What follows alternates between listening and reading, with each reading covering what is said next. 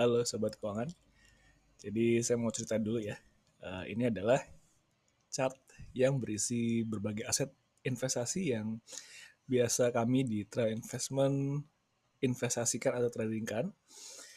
Dan memang karena kami fokusnya menggunakan analisis teknikal, jadi chart-chart ini ya merupakan bagian dari analisis kami terhadap si aset investasi tersebut.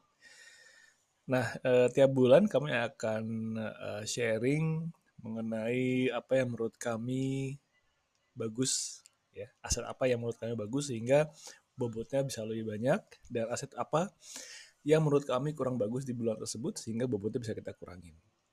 Nah, sebelum kita masukkan, kita tulis report di bulan Oktober, aset mana yang harus kamu atau sebaiknya kamu beli lebih banyak. Kami coba review dulu ya. Jadi ini adalah chart, berbagai chart dari aset tersebut secara month to date dari akhir, berarti ini akhir Agustus, 29 Agustus yang sebelah kiri. Yang sebelah kanan ini adalah year to date dari aset-aset tersebut dihitung dari 30 Desember 2024. Nah, jadi kita lihat dulu secara year to date di awal tahun. Aset yang paling bagus itu adalah aset emas. Aset emas mencatat return 45% dari awal tahun secara year to date. Lalu yang kedua, per hari ini ya, atau per kemarin deh. Per kemarin itu berarti 29 September 2025, Bitcoin itu sudah memberikan return 16% secara year to date. Nah, ISG mulai mendekati di 15%. Yang bawah ini ID 05, ID 10, dan 15 itu adalah obligasi, di mana obligasi negara, kita pakai obligasi negara sebagai acuan, yang 5 tahun itu memberikan return 6,5%, lebih tinggi dibanding yang 10 tahun 5% dan 15% 3%. 15 tahun 3%. Nah, jadi gini, jadi untuk obligasi, kita melihat obligasi yang tenor jangka pendek itu lebih bagus dibanding tenor lainnya. Nah, sementara kita tahu di obligasi itu tenor benchmark-nya atau tenor utamanya adalah 10 tahun. Jadi semua dari investor, terutama investor obligasi, itu memperhatikan obligasi yang 10 tahun. Nah, ketika yang obligasi jangka pendek atau obligasi yang lebih pendek daripada 10 tahun, which is 5 tahun, itu memberikan return lebih tinggi, artinya apa? Investor banyak mengejar obligasi jangka pendek. Nah, somehow dalam kondisi ekonomi yang quote-unquote normal, ketika investor mengejar atau lebih banyak membeli obligasi jangka pendek, berarti ada concern dari mereka, sehingga mereka lebih aman untuk menyimpan obligasi yang jangka pendek tersebut. Nah, ini lebih ke arah concern sih, belum khawatir atau belum fear yang berlebihan gitu ya. Karena memang masih naik juga harganya, yieldnya masih naik. Price-nya masih naik.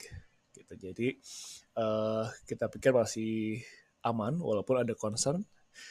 Nah, cuman yang nggak aman sebenarnya ini ya. Sebenarnya ketika ISG atau komposit memberikan return 15% secara year to date, ID 80 cuma 1,2%. Jadi big cap yang tradisional, big cap yang kita tahu, itu memberikan return yang relatif rendah sekali, barely positif lah ya di 1,2% gitu.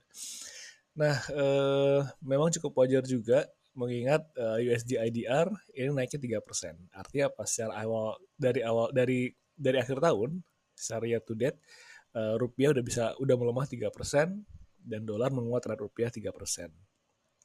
Nah, di sini kami di Trail memang di bulan ini kita sudah mention bahwa kami suka dengan emas, walaupun secara portofolio kita nggak banyak di emas ya. Emas boleh paling ke 10-20% kalau nggak salah.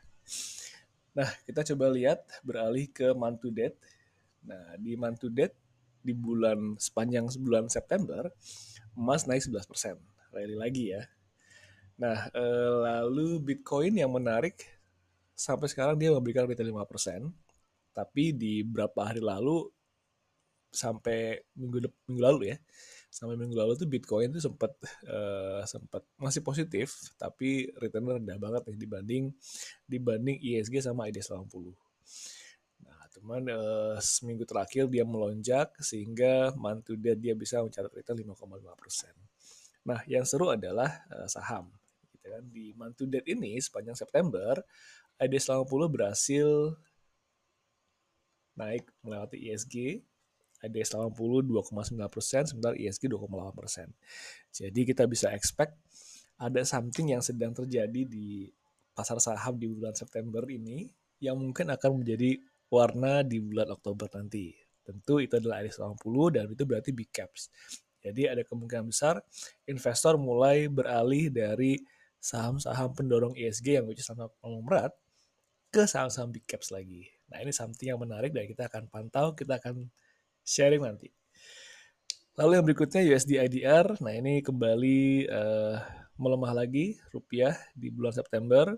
Cuman kalau kita lihat grafiknya ya di beberapa hari terakhir sudah mulai menogik ke bawah. Jadi ada harapan juga, ya kan? Ada harapan juga di Oktober. Nah rupiah mulai menguat lagi nih, gitu kan? Karena memang sudah melemah juga ya sepanjang September.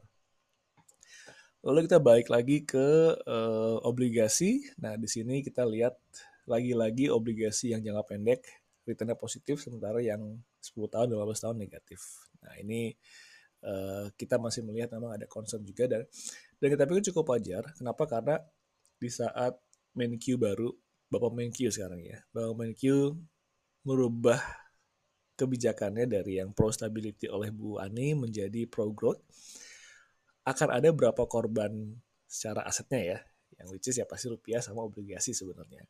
Tapi yang paling menguntungkan jadi apa? Nah, aset saham. So kita bisa expect rupiah agak sedikit ganjing, obligasi sedikit ya tadi kurang menarik mungkin ya buat sebagian orang, tapi yang jelas menjanjikan itu adalah saham. Kenapa? Karena kalau ekonominya tumbuh, sahamnya pasti tumbuh. Oke, dari saya itu aja sementara. Kita akan bahas lagi lebih lanjut.